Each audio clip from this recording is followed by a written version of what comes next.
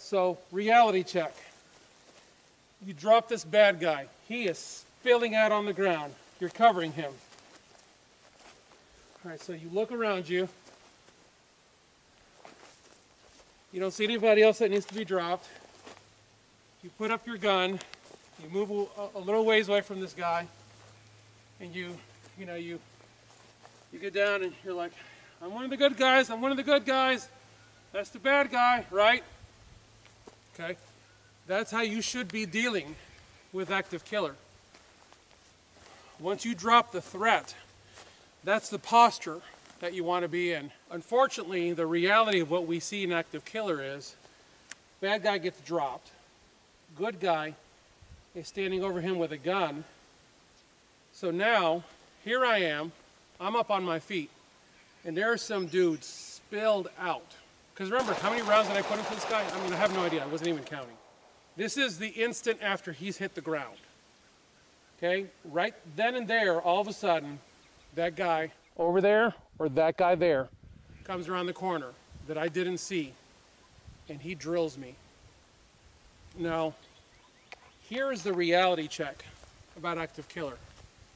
I don't have the solution for you when it comes to that problem. Active killer, the notation that I put in my phone, active killer.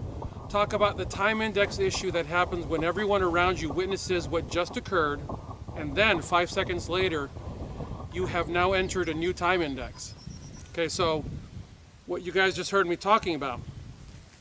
The time index is this guy was actively killing people around him. We're going to imagine that this is a store, a parking lot. This guy was actively killing people around you. So you've dropped him, and he's down. And of course, you're like, wow, I'm actually still standing. And just then, 5 seconds later, another person just like you that heard his initial gunfire. Because remember, this guy is going to have to be killing for a few seconds before you kind of get oriented. Uda, observe, orient. So you observed him killing people. You orient yourself to the sound of the gunfire, and you decide, not today, not in my presence. No, sir, you're not going to be killing people around me. You decide, and then you act. Pop, pop, pop, pop, pop, pop, pop. You drop this dude. Uda's over. You actually got this guy. You got him down. And now another good guy just like you who heard gunfire, who runs around the corner, who didn't have active killer training at a facility that knows how to teach active killer, sees a man with a gun over a bloodied body, and before you even have the opportunity to do anything, he drills you. Or, God forbid, you see him coming and now fights on. And now you're trading shots with this guy. And you guys are both popping shots off at one another. And you notice that the first shot that I took missed. Whoops, where'd that bullet go? Down range. Hit somebody else. And he's shooting at you. And he's hitting people over here.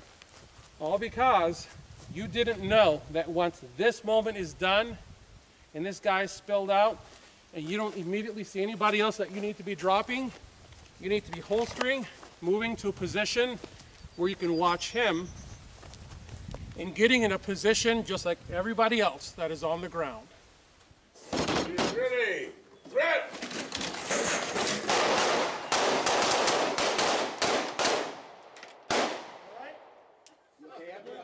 Good. Their pieces falling off. Is your chair all right? A lot of broken. I want to see that again. Good man, in a position where we can think that you're the problem. Okay. I've been to TDI active killer before. All right. You guys haven't had a chance? A lot of broken. I want to see that again. Good man, in a position where we can think that you're the problem. Okay. I've been to TDI active killer before. All right. You guys. You literally need to turn yourself into a bowl of jello so that when the good guys show up, whether it be a good Samaritan like me, like you, or the cops, all the good guys see is a bunch of other people on the floor doing this. And they come in the room, heads down, stay down, heads down, stay down, and they're looking for the source of the trouble. Guys, I know that some of you have difficulty in understanding this. Having been a police officer, I can tell you, how you tunnel in is phenomenal. We had to make entry one time into an apartment. Guys, there was so much drug smoke. It was a combination of marijuana and other stuff. And it was, this blue haze was oozing around the door. There was so much being smoked in this apartment. Me and 2 other cops stacked up and just started beating on that door, standing off to the side. Door got open. The first guy I pushed in the middle of the chest, and I dropped him hard onto the floor with my gun compressed in. And I'm like, oh crap, I'm standing in the doorway. The other 2 dudes went around me and fanned out, right? So anyways, we get the room under control. Okay, it's a party. We get the room under control. And I start going, where are the drugs? And my buddy behind me goes, thunk, thunk, thunk, and he pokes me in the back and he goes, right there. I never saw a table filled with marijuana and shake and a marijuana grinder. Right here. I had actually bumped into it. So if you think that tunnel vision isn't real, you don't know. You have no clue. You're deluding yourself. Tunnel vision is very real. If I've just put 6, 7, 8, 9, 10 rounds into this dude, what makes me think that I'm going to have the ability to clearly see people 20, 30 feet away from me? And 20, 30 feet is the aisle in a Walmart. Some dude is in a Walmart, comes in the door, starts popping people. He gets just in the door in the grocery section, right, where all the veggies and fruits are.